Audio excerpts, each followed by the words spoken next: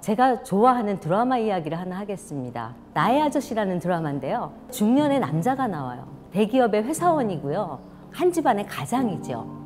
그래서 가장으로서의 그 무거운 책임감을 어깨에 이렇게 짊어지고 사는 사람인데요. 이 사람에게는 친구가 하나 있어요. 아주 특별한 친구인데 산사에 사는 스님이에요.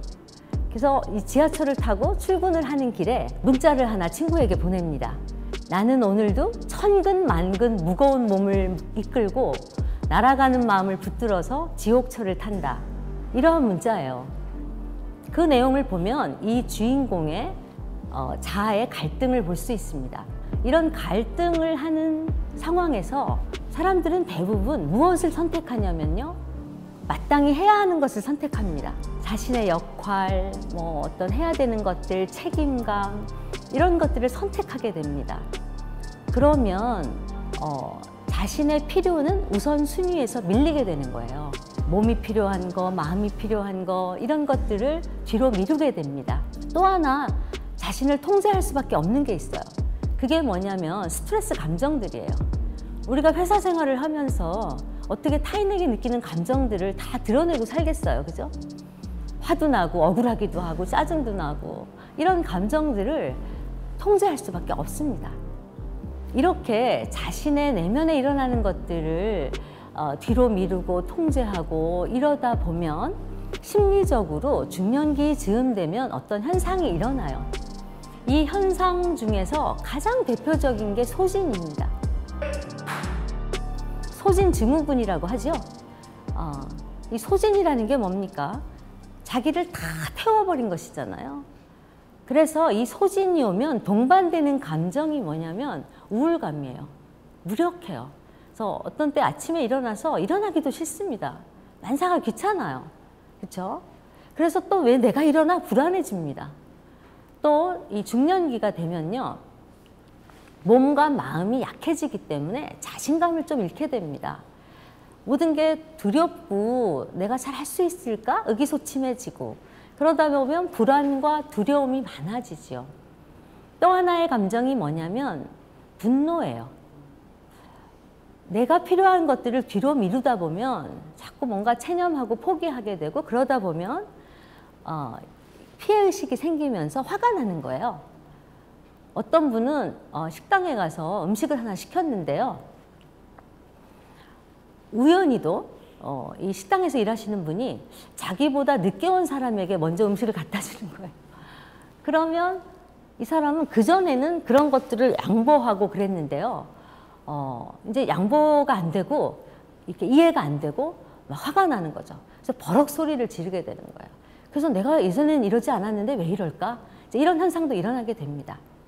이렇게 우울감이나 무력감, 분노 이런 감정들을 느낄 때 이 감정은 하나의 어떤 의미가 있는 신호를 알리는 것입니다. 그래서 중년기가 되면 그러한 감정들이 말하는 신호를 알아차리고 그 의미를 알아들어야 돼요. 그래서 중년기가 되면 내 몸과 마음에 귀를 기울이고 그 의미를 알아들으려는 노력이 바로 자신과 관계를 맺는 것입니다.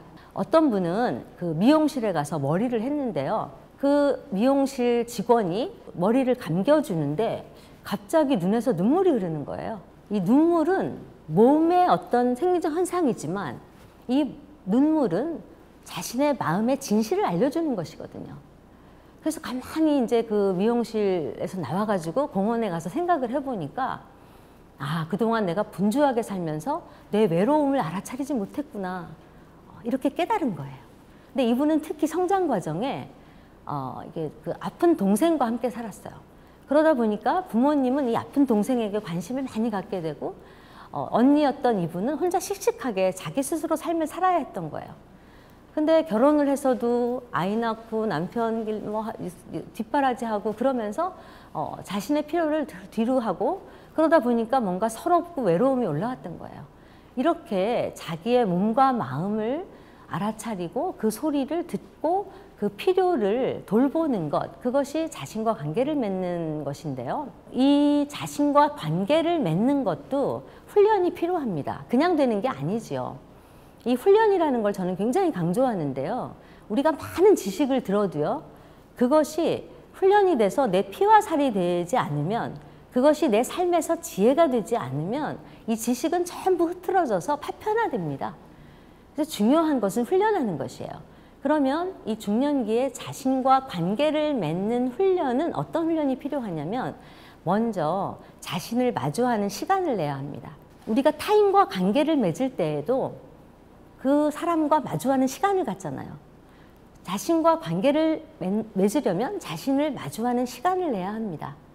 그래서 자신을 마주하는 시간을 하루 중에 10분, 20분, 30분 자신과 마주하는 그런 시간을 내고 홀로 시간을 보내는 거예요. 그런데 자신을 마주하는 시간을 가졌다 하더라도 그 시간에 핸드폰을 쳐다보고 있거나 TV를 보거나 책을 읽거나 음악을 듣는다면 그것은 홀로 있는 게 아니에요. 그것은 핸드폰과 함께 있는 거고 책과 함께 있는 거고 무언가 함께 하고 있는 것이거든요. 그것이 아니고 자신의 내면을 바라보는, 자신의 내면 세계를 듣는 그런 것이야말로 무엇을 하는 것이 아니라 존재 그 자체로 자신과 함께 하는 시간인 것이죠. 그러고 나면 어떤 훈련이 필요하냐면요, 자신을 관찰하는 자아를 길러야 합니다. 이 관찰하는 자아는 어떤 것이냐면 나를 바라보는 나예요. 내가 화를 느낀다. 그러면 내 화를 바라보는 나입니다. 그래서 이 관찰하는 나를 기를수록 인간은 성장합니다. 성숙해져요. 왜 그러냐면 화가 날 때 관찰하는 내가 있으면 화가 나는 나를 바라보는 거예요. 그럼 화와 나 사이에 거리가 생겨서 이 감정을 조절할 수 있게 됩니다. 근데 관찰하는 내가 없으면 화가 나면 화에 사로잡혀서 화를 조절하지 못하고 행동을 할 수 있게 되잖아요. 그런 걸 우리가 미성숙하다고 하지 않습니까? 그래서 관찰하는 나를 길러야 하고요. 그 다음에 나를 알아차려야 되겠죠. 그래서 나를 알아가는 그 시간에 아주 중요한 게 감정을 알아차리는 거예요. 아까 뭐 우울감, 분노감 이런 얘기를 했지만 우울감 하나만 해도 우울만 있지 않아요. 우울 밑에는 실망감, 좌절감, 외로움, 분노 이런 것들이 막 섞여 있을 수 있습니다.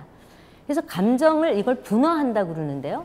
이 감정의 발달은 아주 미세하게 섬세하게 큰 감정, 작은 감정 발달하는 것입니다. 그래서 이렇게 감정을 알아차리고 나면 거기에서 조심해야 되는 것이 있어요. 그게 뭐냐면 자동적인 생각의 습관이에요. 예를 들어서 우울하잖아요. 그럼 우울하자마자 어떤 생각이 싹 스칩니다. 그래서 자동적 사고라고 하는 건데 이 자동적 사고 안에는 자기를 자꾸 책망하고 야단치고 엄격하게 하는 그런 사고가 있어요. 예를 들어서 되게 우울해요. 우울한데 아무것도 하기 싫어요. 그러면 이게 게을러서는 안 돼. 너는 게으른 인간이야. 일어나야지. 그럼 행동을 하게 됩니다. 그러면 자기가 느끼는 감정을 충분히 머물고 알아주기가 어려워요. 그렇죠? 그래서 그런 생각이 들 때 얼른 그 생각을 보내고 자신의 감정을 충분히 알아차린 다음에 그 감정에 대해서 이 감정이 나에게 보내는 신호, 그 의미를 알아듣는 거예요. 이제 이 예를 하나 들어드릴 텐데요. 이분은 남편도 사회적으로 굉장히 성공해서 이 사회적 성취에 매진하고 아주 분주한 삶을 살고 있고요. 자녀들도 다 길러서 나름 그 생활을 잘하고 있어요. 그런데 이 부인은 우울감이 아주 심한 거예요. 너무 우울하고 자기는 다 귀찮고 이게 사람의 마음이 비틀리는 것이죠. 그래서 이 우울감이라는 게 어떤 의미를 가질까? 그 우울감의 신호, 의미를 알아들으려고 이렇게 해보니까 이분은 사실은 K장녀예요. K장녀 아시죠? 우리나라의 그 맏딸이죠. 그래서 이 성장 과정에도 항상 이렇게 동생들을 돌보고 자기의 필요를 뒤로하고 그랬어요. 공부도 많이 하고 싶었던 분이었는데 그런 그 필요를 충족하지 못하고 이렇게 살아왔는데 결혼을 해서도 보면 항상 자기가 필요한 것은 뒤로 밀릴 수밖에 없었어요. 아까 말씀드린 뭐 성실해야 되지, 책임나야지, 뭐 주부로서 역할 다해야지 이렇게 한 것이죠. 그래서 이다 보니까 이 시간은 이 우울감은 나에게 어떤 방향성을 알려주는구나. 이제 내가 필요한 것들 이제 좀 시작해 봐야겠다. 그래서 공부도 시작하고 다양하게 뭐 취미 활동도 시작하고 이러면서 우울감을 극복했던 것이죠. 그래서 이렇게 자신과 그 관계를 맺는다는 것은 자기를 돌아보고 알아보고 자기의 감정을 이해하고 그 감정의 신호를 듣고 자기의 필요를 돌봐주는 것이죠. 이렇게 관계를 맺어가는 시간이 중년기의 시간인데요. 중년기 하면 또 하나는 죽음을 의식하게 되는 시기입니다.